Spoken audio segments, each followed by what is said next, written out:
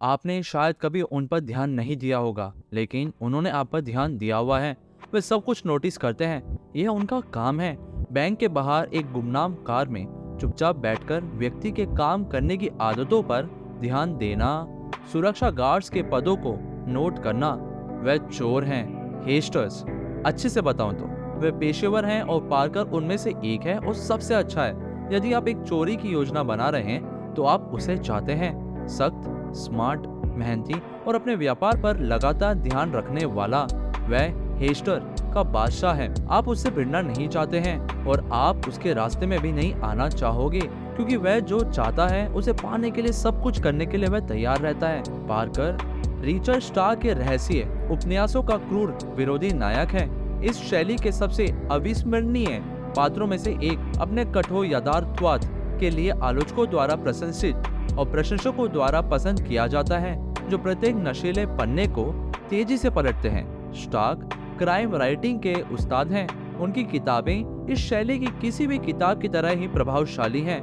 The Hunter 1960 में Richard Stark द्वारा लिखित एक अपराध उपन्यास है।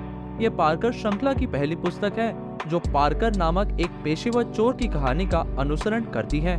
पार्कर, जो कि मुख्य चरित्र है, पूरी तरह से अनैतिक है। एक के बाद एक आपराधिक उद्यमों में शामिल रहा है। वह एक क्रूर व्यक्ति है जिसे केवल अस्थायी रूप से अपने लक्ष्य से विचलित किया जा सकता है।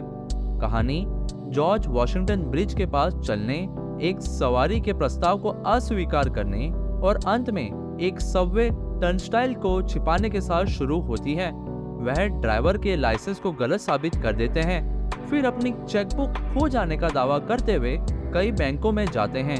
एक बैंक मैनेजर उन्हें अपने खाते तक पहुंच की अनुमति दे देता है और पार्कर अपने पुराने कपड़ों को बदलने के लिए एक नई अलमारी जितने कपड़े खरीदता है। फिर वह उन लोगों को खोजने के लिए निकलता है जिन्होंने कहानी की शुरुआत में उन्हें डबल क्रॉस किया था। उनके साथी मल रेसनिक और उनकी पत्नी लीन। पार्कर को गोली मार दी जाती है और मृत के लिए छोड़ दिया जाता है, लेकिन वह बच जाते हैं और अपना बदला लेने के लिए दृढ़ संकल्प लेते हैं। वह रेसनिक और अपने चुराए गए 32 लाख रुपए को खोजने के लिए निकल पड़ते हैं। पार्कर लीन को देखना चाहते हैं, जो रेसनिक से अदायगी के हिस्से के रूप में मिड टाउन मैनहट्टन पे किराए पर रहती हैं। फिर उन्हें पता चलता है कि रेसनिक का संदेश वाहक किराए के पैसे लाने वाला है और नींद की गोलियों का अधिक मात्रा में सेवन करने के लिए वह लीन को प्रोत्साहित करते हैं। जब वह करती हैं, तो वह उसका चेहरा काट देता है और उसे जंगल में फेंक देता है।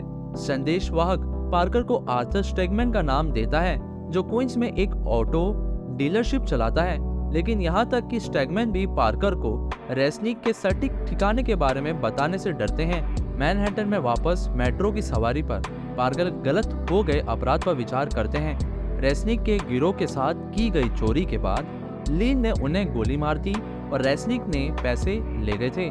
पार्कर हमेशा कार डकैती या बंदूक की तस्करी में शामिल रहा है, लेकिन इससे पहले उन्होंने कभी भी आउटफिट के साथ काम नहीं किया था।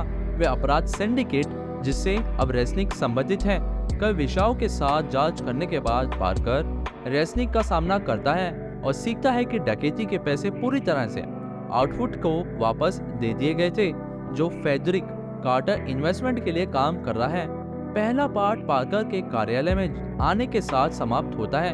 केवल अपने पैसे का हिस्सा चाहते हैं वो। रेसनिक और स्टेगमैन के रूप में कार्टर को भी मार दिया जाता है और पार्कर के लिए एक व्यवस्था की जाती है कि वह लॉन्ग आइलैंड रेल रोड के स्टॉप पर उनका पैसा उन्हें मिल जाएगा। कई लड़ाइयों से बचने के बाद वह एक कार को अंधेरे में ले जाते हैं, ये विचार करते हुए कि उन्हें मियामी जाना है या फ्लोरिडा।